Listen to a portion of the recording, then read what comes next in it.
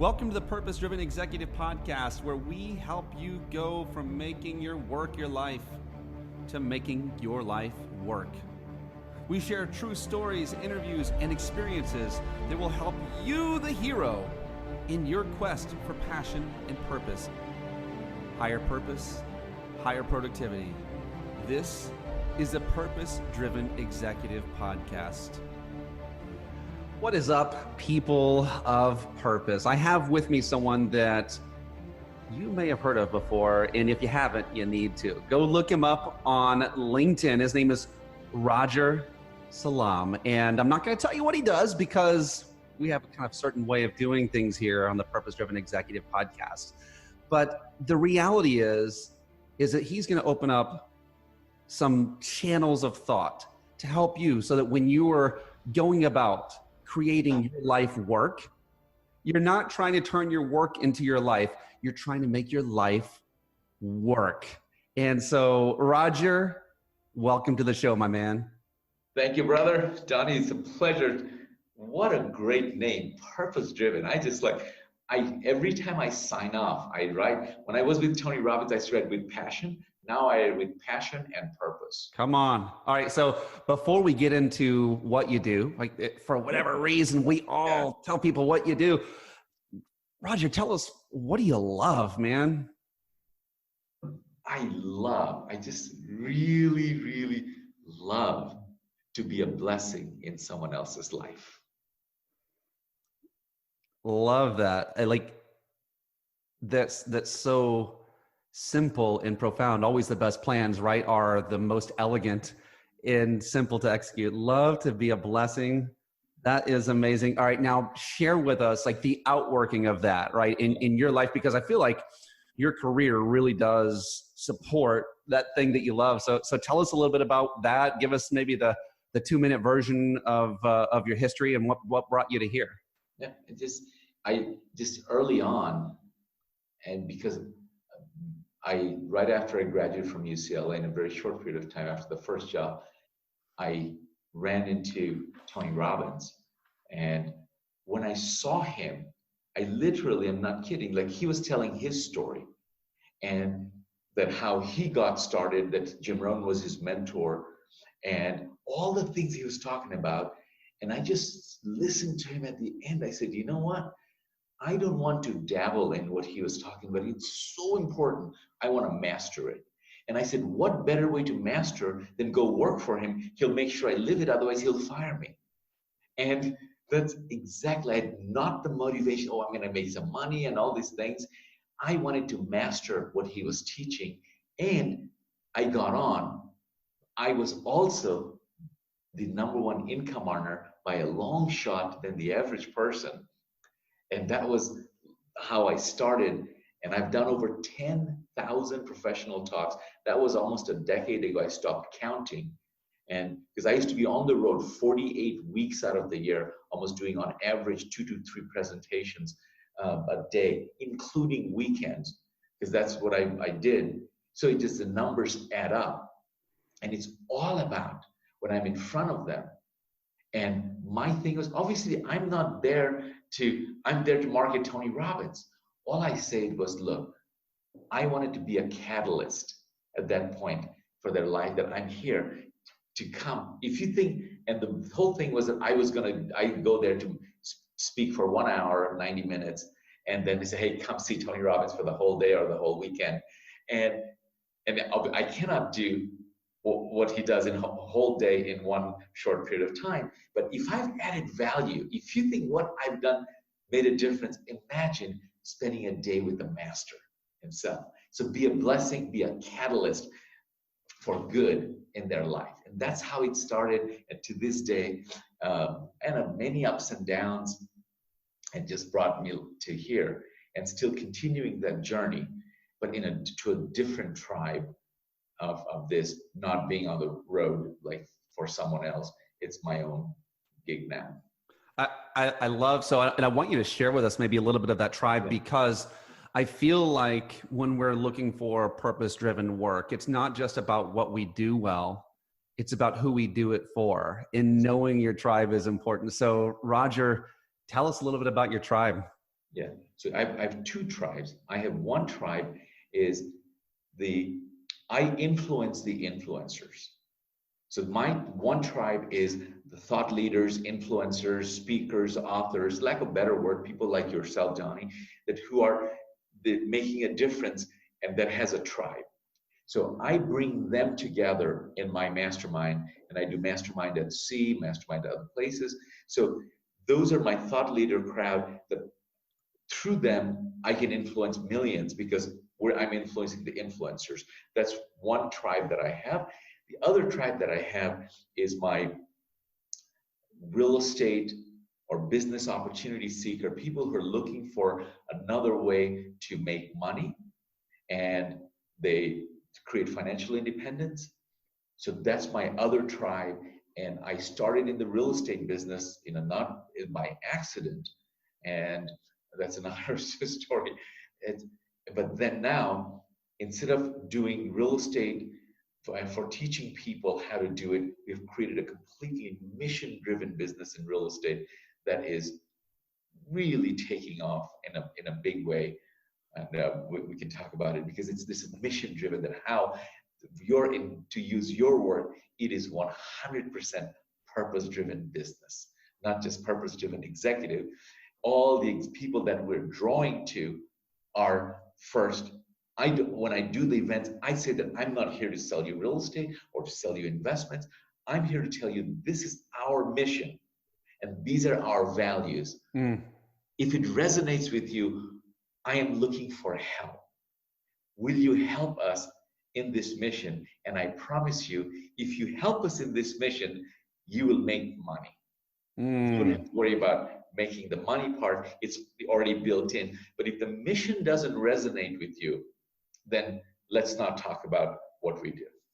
Come on. In Roger, I think the thing that I love there the most, right there in that message is encapsulated, I think, something that we should all be paying attention to. If we know our mission, right, how we're serving others, and we know like the gifts and the talents that we're bringing to the table to do that, is it too much to ask for someone to help you in that mission if it resonates? And there are multiple ways of involvement with that, but to me, that's this, we'll call it a sales conversation. Yeah.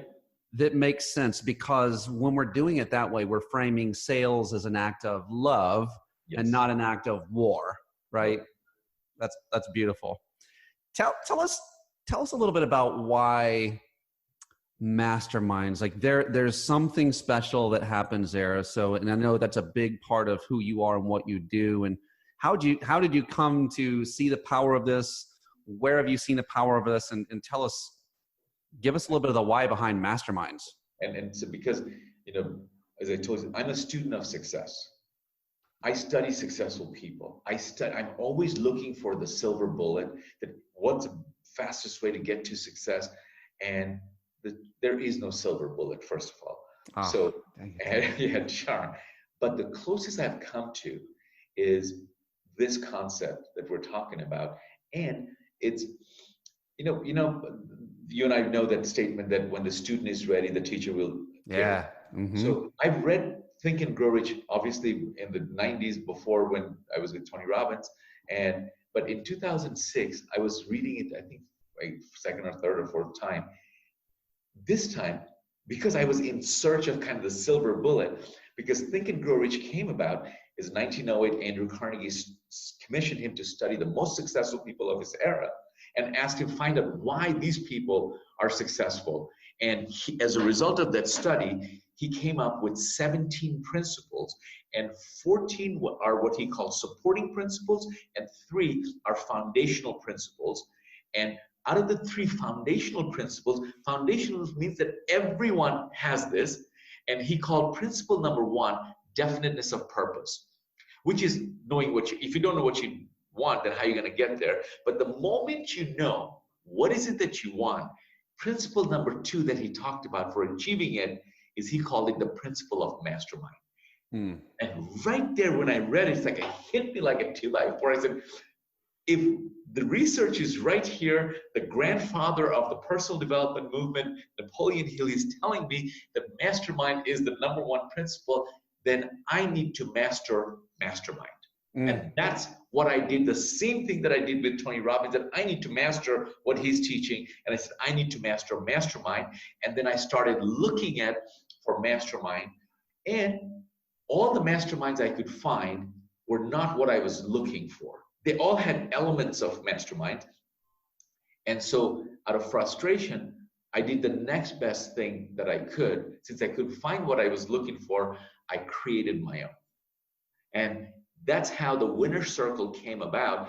And I'm very good at it. And I will tell you also that same thing that we've been taught. Of course, if you copy from 1, it's plagiarism. If you copy from 10, it's research. So, and that's what tell my college-age daughter that, and I don't think it'll flow. Oh, my eldest daughter she's a junior at my alma mater, UCLA. So she doesn't like me. I tell her my UCLA degree and 25 cents ought to get me a cup of coffee. Right. So, and this is exactly what I did, is because I was researching all these other mastermind groups. So they had the best components. So I took the best eclectic and then added my own 2 cents and created the winner circle. And the mastermind, I've been interviewed so many times. I have not been able to come up with, this is the ABCs of mastermind. A is for access. Access to successful people. Access to people that are better than you. B is for best practices. This is where you come. Life is too short for you to make all the mistakes yourself. Come and find out what other successful people are already, they've gone the path that you're trying to go to. They'll save you best practices and resources. And C is a community of like-minded people, a lifetime community of like-minded people. That's my ABCs of mastermind. And my mastermind is founded on 2 principles. One is who you associate with and listen to will determine your destiny. Yes. Who you associate with and listen to will determine your destiny. And number 2 is none of us is as smart as all of us. These are the 2 foundational principles or philosophies of my mastermind. And I haven't been able to come up with one word, but the closest I have come up with to explaining what mastermind is using 2 words. And the 2 word, what mastermind is, accelerated results. Yes. Accelerated success. Anything you want in life, chances are, I'm not so arrogant that you need mastermind. Chances you can get it on your own. But I promise you, if you want to get it faster, stronger, better, cheaper, use your favorite superlative, and you're going to get it through the power of mastermind. And the best thing of the mastermind to me is why I go to mastermind is none of those is to build quality relationship. Hey, thanks for being someone who is on this journey of purpose with me. And I am with you, my friend, and I've got something for you. Have you ever been moving towards purpose and sometimes it just looks like a big mess? Sure you have. We all have. And the reality is we're usually not going to get to a destination unless we have a roadmap. And that's exactly what I've created. If you will go to purposedrivenexecutive.com, you can get it for free. And this is the culmination of all of my studies, all of my coaching, all of even my own personal living. And I've created a very visual, very easy way for you to map out your purpose. This is for you. This is for people you're leading. This is for your family. Go on over right now, purposedrivenexecutive.com, and get your free map of purpose. Yeah. I love it. I was talking to, I can't remember if it was a client or a podcast guest, and I think it was a client, millennial age. Yeah. And the guy said this to me, and it's like, oh my gosh, that makes a lot of sense. Like, especially generationally. He said, he says, my generation, we played video games. Yes.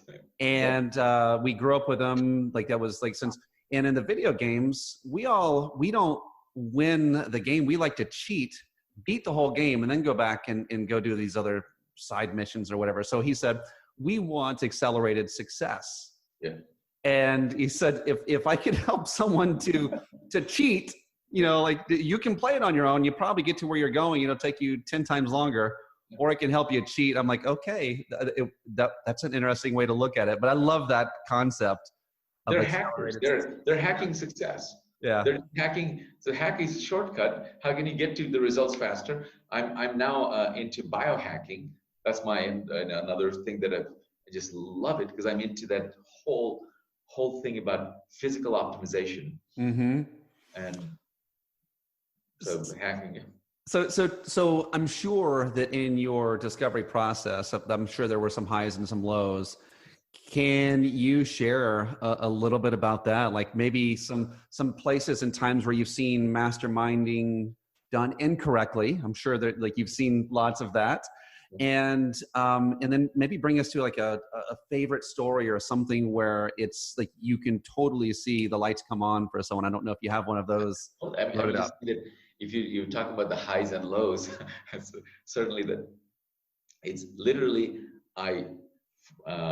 two promises I've kept to myself to this day is from a work related thing is, if I'm not having fun or if I'm not growing, it's time to move on. And I have left careers at the peak, not at the bottom. And Tony Robbins' first example, that I was on the road almost for a decade, 48 weeks out of the year. And I left it because I was having so much fun, but I wasn't growing anymore, because what I was doing, I could do it with my eyes closed and hands tied, and he's not willing to share the stage. That's his game. Mm-hmm. So I said, now it's time I just literally retired at the ripe old age of 29 in Florida, Tampa, Florida. People sometimes ask me that, how did you end up in Florida? Because I used to be everywhere. And I said, Tampa was my last city. And Tony threw me a farewell party, and I just didn't get on a flight. I just went to the beach. I went to the top floor, and I said, that's it. And I said, thank God my last city was not Oshkosh. I'm a warm weather boy. It's going to be very nice. Florida, Texas, Arizona. And literally after 2 months, all the waves looked the same. I was pulling my hair out of boredom. And right then and there, I got a call from a guy in UK, and he said, hey, I bought the rights for Tony for UK, and I called the corporate office to see how do I market Tony. And they told me that, hey, our number one guy just retired in Florida. He's young. Maybe you can talk him out of retirement. I said, thanks for saving me. And I went to UK, and I almost like, in a way, I not only did what he asked me to do. I took my team and we filled up the convention center there, but I also trained the trainers so that he won't be depending on me for the next time. In a way, like my job security was gone. But here's the funny thing. Now that Tony's gone, what are we gonna do until he gets back for next year? I said, beats me. He goes, how are we gonna make money? He goes, why don't we market you? I said, who? I'm looking around. He goes, you. I said, you're the one who sold out. You're the one who trained the trainers.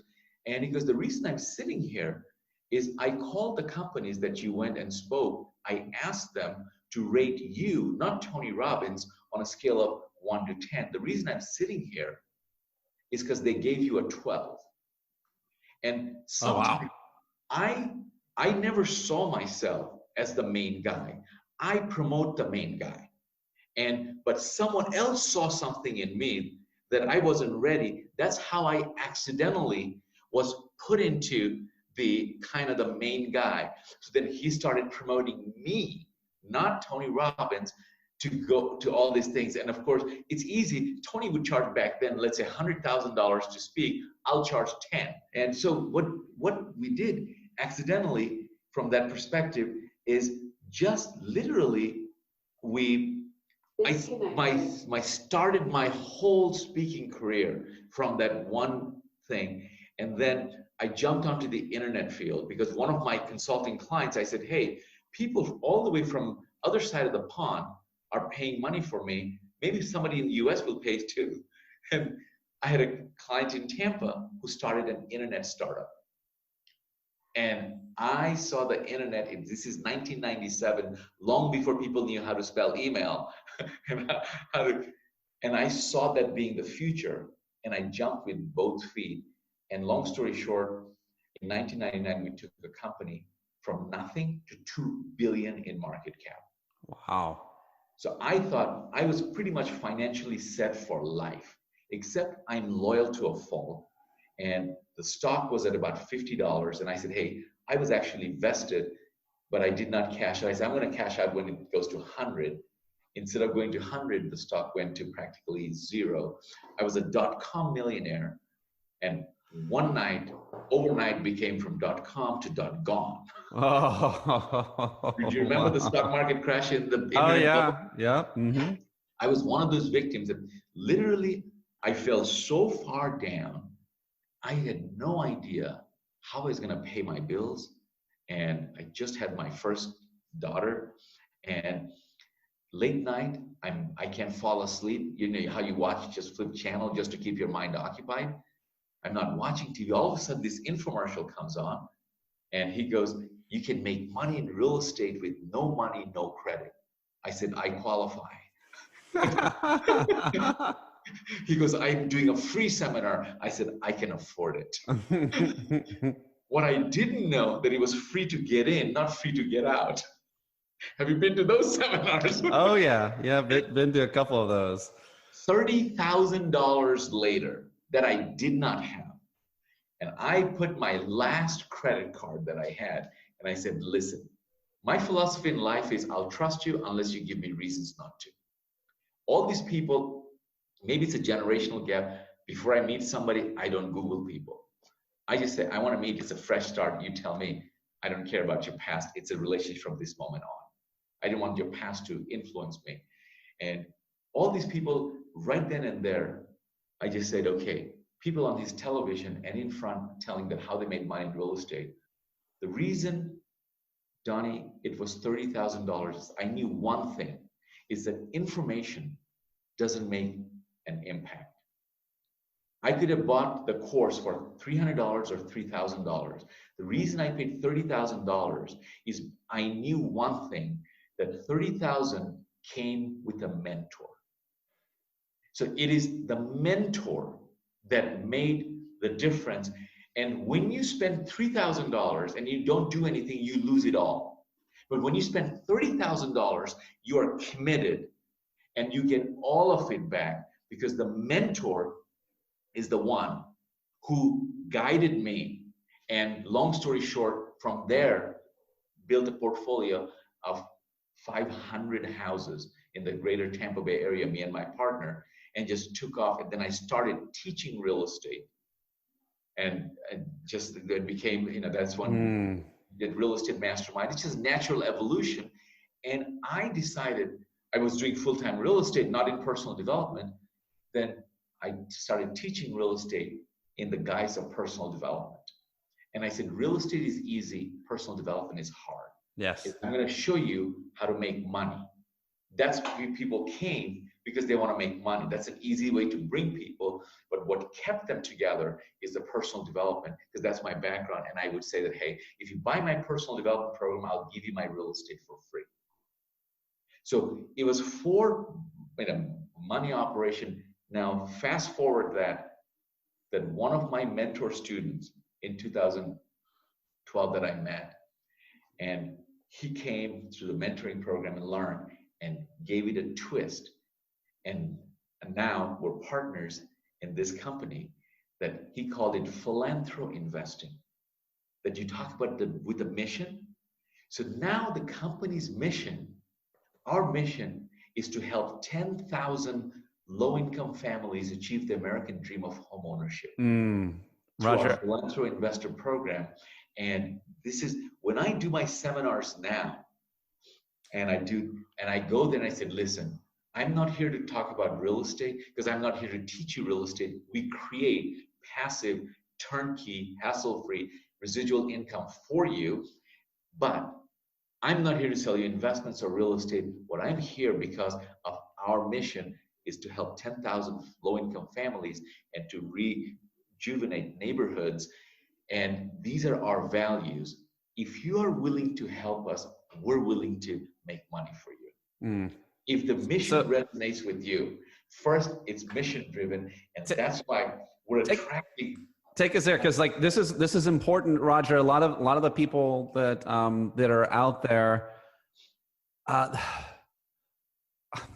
for me, right? I'm a consultant. I'm a coach. Like my phrase is productivity through purpose. Yes. Truthfully, no one is hiring me for purpose. No one's saying, Donnie, help me to find my purpose. But along the way, right? Like that's my ulterior motive. Yeah, exactly. I'm very open about it, but they want productivity. In this case, people are coming to you the same. They're saying like, help me make money. But like, I want to hear though, for you, like what it means to you to be mission driven. Why do more of us need to dig into being more mission driven instead of product or service driven or even customer driven? Like the mission driven is different. Talk to us about why that's so important. The beauty of this is I've been doing real estate since 1999, as I say, the story of real estate and came up. But this time, what we have done is we have created, this was another of my dream, Donnie, is I wanted to create a game and where all my family, friends, colleagues, they can play and create financial independence should they choose to. So what we have done is when I share that this is a mission driven, this is our mission, and I said, I need help because this mission is bigger than all of us combined. This is a public problem. There's a third world growing inside of our country. And if we don't stop it, it's going to have catastrophic implications. So I need your help. And when I do that with the mission driven, and I said, two groups of people, because it takes $120,000 minimum investment, that helps 3 families. $120,000 the minimum, you help 3 families. Our average investor helps 8 families. So I said, how many families do you want to help?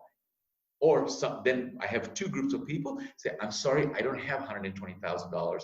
I would love to help. So then you become an ambassador, become a brand ambassador for us. Go find those investors and let us reward you with income so that you can then, with that income, create your own portfolio. These people are coming. I would have never been able to recruit them. This is not a multi-level.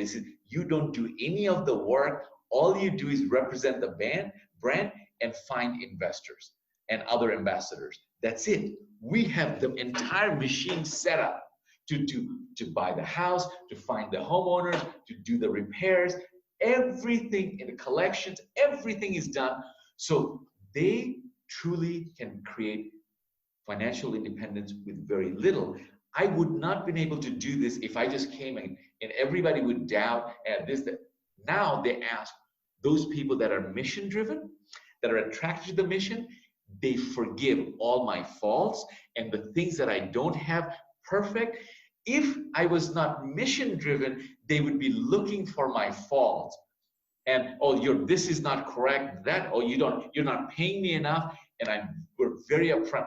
This is not to maximize, this is how we pay, and we do all the work. So the mission, you asked me that question, it's different with purpose driven, is people will forgive you for all your flaws because the mission is bigger than us. And we have already helped close to 500 families on our journey to. That's so good. That's so good. That's so good. So Roger, here's my question to you. So I want you to put yourself into, like maybe a commercial real estate business, or you work with a team of people in, financial services or whatever it is, right? In these businesses. And there's usually this mission statement that's collected dust. Nobody's seen, nobody knows. And it's not really people showed up there because they were addicted to a paycheck. They were addicted to eating. They didn't show up there for mission. How do we get people from that to the place to where like we are unified around this, and it's not about your faults or about even your talents. It's about us believing this common core thing. How do you do that? Or do you just have to start from the beginning? Do you have to tear down the old? Like, what would you say? We are raising the consciousness of help. The name of our company is called Equity and Help. We have surveyed the investors because it's in a way, for them, it's an investment opportunity. So what do you want? They said, we want equity. And the other side is they need help.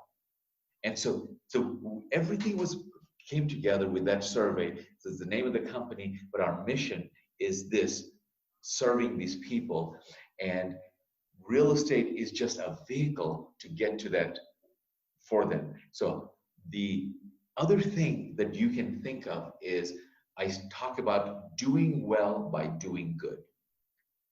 Doing well by doing good.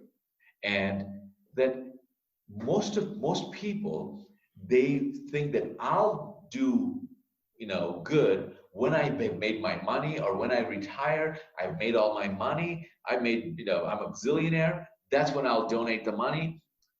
So what we have created is that, listen, you don't have to wait till you make millions and you retire to do good. You can do good today. And you can do good today by using your time or your money or both. Because and what my partner is brilliant at is creating systems and processes for everything. So we are going out there saying that if you don't have money, help us with your time and we will reward you for your time. And another group of people, if you want to help us with your money, 3,000 families, then let us reward you by growing your capital at 8 to 12%. And if 8 to 12% is not good enough for you, then please go. This is not where you're going to 10x your money or 100x your money. Go buy Bitcoin. This is where that's not us. We are your steady Eddie. It's backed by real estate, and so people give us their retirement funds, like their 401k, IRA, and we just grow them steadily with that. And they know that the satisfaction of they have created this home, that this family now lives in the house because of them, because they're the bank to this person. So we make the investor the bank so that these poor people, I didn't know if you know that, Donnie, that your audience, that 51% of Americans make less than $30,000 a year. And average rent is about $1,050. So when half of your money goes to rent, when will you ever find down payment?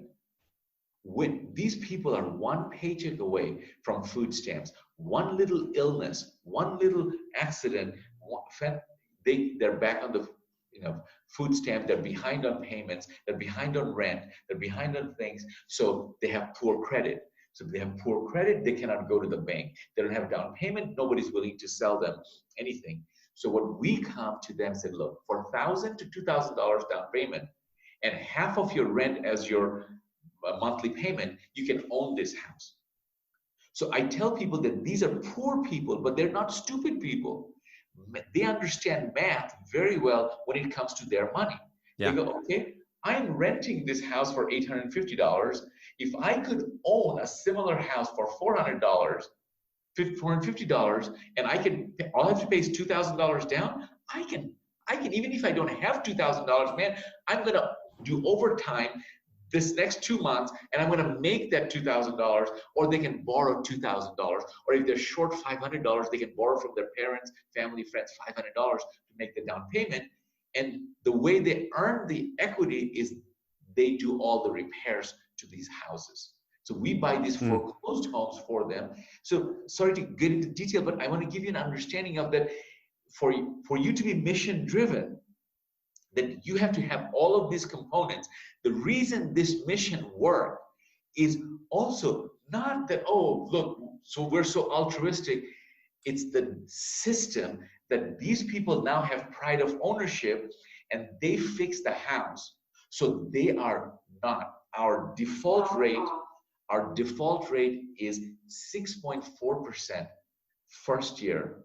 After 1 year, if they've been in the house for 1 year, our default rate is 0, which is unheard of in this low income. These are $40,000, $50,000, Wow. houses.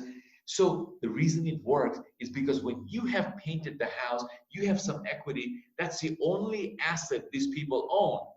These houses are not, economy goes up and down, because this is their only asset. They're not willing to give it up.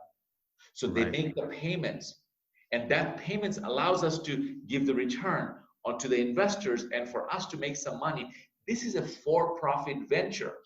This is a private, we believe, no margin, no mission. No margin, no mission, because we're not a government agency. We're not a grant. We're not solving the homeless problem.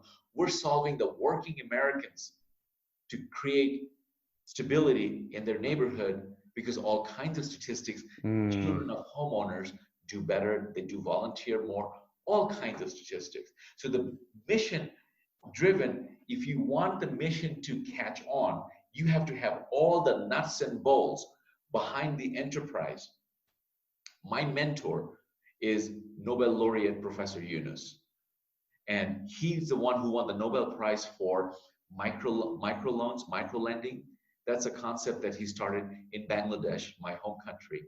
And he started a bank called Village Bank, Grameen Bank. Grameen literally means village. And the whole world has copied. The average loan size was $50. And he was 98% of his borrowers are women for rural. Then they just needed the loan to buy raw materials. So they could just, instead of the loan sharks. And he talks about that he's written a book called Social Business, is that every person, the world has only two kinds of business up until he called it, that for-profit business and non-profit business. For-profit, non-profit. He said, forget about for-profit, non-profit. There's a third group kind of business called social business. And the purpose of social business is to solve social problems using entrepreneurial principles. That you create a business, and the purpose of that business is to solve that social problem. So if now pick your favorite charity. If it is for children's education, if it is to bring fresh water to the people in rural parts, if your thing is to battered women for sexual slavery, whatever, you want to help them, you want to do a soup kitchen, create a social business. And the purpose of this social business is all the profit goes to run the kitchen. If you want 2 soup kitchens, you better grow your business to open a second location so that you can open a second soup kitchen. You do not go out. I love Professor Yunus because man after my own heart, that he doesn't believe in charity, because he says a charitable dollar has one life. A social business dollar has an infinite life, because a social business dollar, if you want to start a business and I lend you $100,000, I do not give you as a grant. I do not give you as a charity. It is an interest-free loan. You must pay me back the $100,000. Because let's say that a rich man wants to donate $100,000. Say, no, we will. It's a business. We will start the business. We will make money. We'll run the soup kitchen, all the profit, and then we must pay back the $100,000. Now, with $100,000, he can start another shelter for women's, place, whatever he wants to do. So a charitable dollar. So we have, and it has other things that your people can read about. Professor Yunus, Google him. He's one of the 10 most likable personalities on the planet. Unbelievable. You can do a whole interview just on him and what he's doing. But to answer your question, that this is using entrepreneurial principles to solve a social problem, and that's when you become mission driven. And you're to look at the Tom Shoes concept, that everybody heard of Tom Shoes, that whenever you buy a pair of shoes, we donate a pair to somebody needy. So, but the money is built into, because it's no margin, no mission. So, but I am willing to pay more. You don't question that Tom Shoes. You don't say that, hey, Tom Shoes cost more than the Payless shoes. No, I want to buy Tom's shoes because I know that he's doing something good. So people are coming to us saying that, no, here's my money. I know you're going to give me a return, but I know instead of putting my money in the market, I would rather give the money to you. I get same or better return, but now I make a difference. So they're coming to us. That is so good. That is so good. And I love like the one word, I wrote lots of notes there, but the one word that I have that runs through, it feels like it's actionable. Like what we're talking about when you're doing well by doing good, you're giving me action that I can do now, not somewhere over the rainbow, right? Not whenever I get to whatever that status is, which by the way, most of us don't get there. We're just kicking the can. And the reality is it's us feeling good about ourselves in the future, but requiring of ourselves squat in the present, which is almost like the dollars that you said, not all the dollars are equal. And the reality is that the dollar that's given from, I love that, the idea of a social business, a dollar in terms of that is, there's a requirement with that.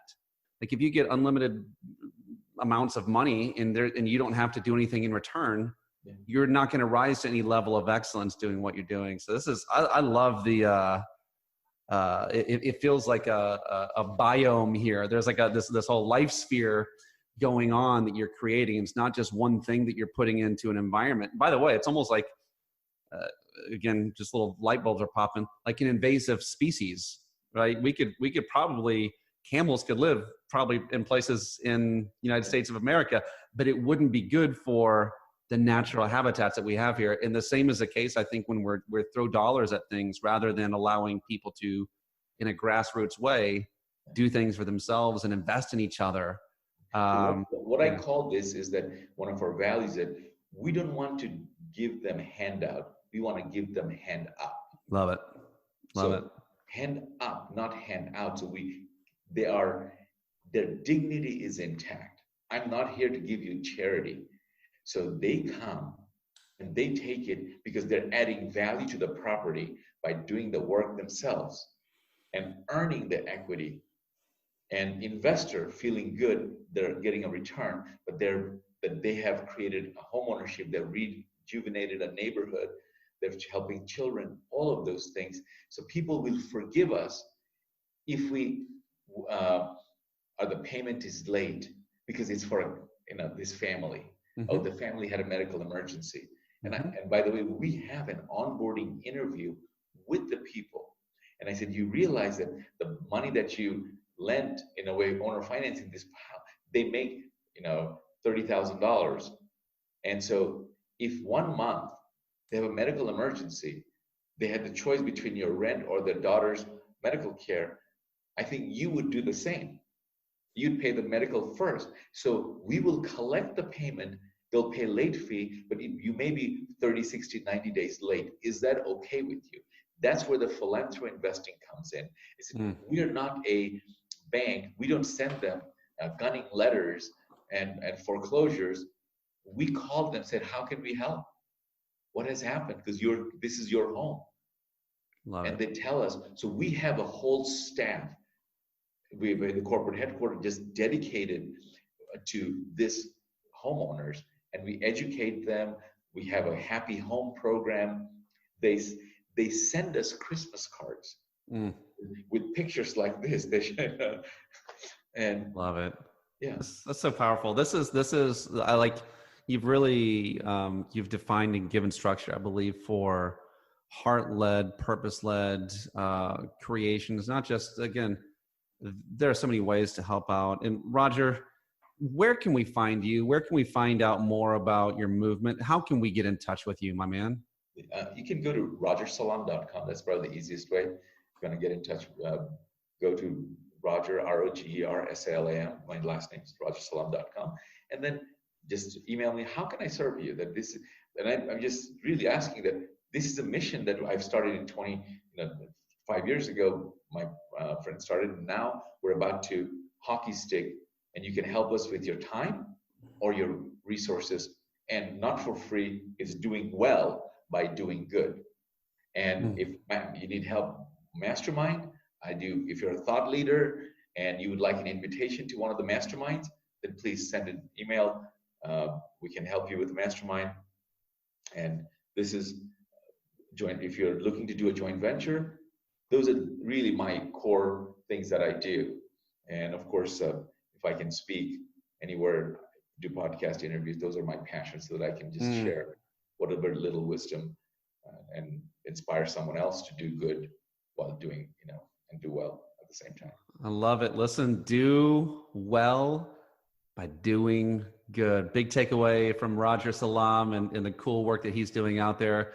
Connect, send those emails. I think that would be a wonderful thing, and it's making things better for you, for him, for other people. So Roger, thank you. Roger at rogersalam.com is the easiest email to send. Thank you, my man. Thank you for hanging with us today, and I'm sure we'll reconnect in the future. Yes. And thank you so much for doing a purpose-driven podcast, so that you're bringing this to your audience, that I'm not the only one, that all the people that you're interviewing, that they have a purpose, and you are giving us a voice that who resonates with not capitalist, make money at all costs, but you can make money, do well, at the same time, do good. Thank you, brother. Love it. Thank you, man.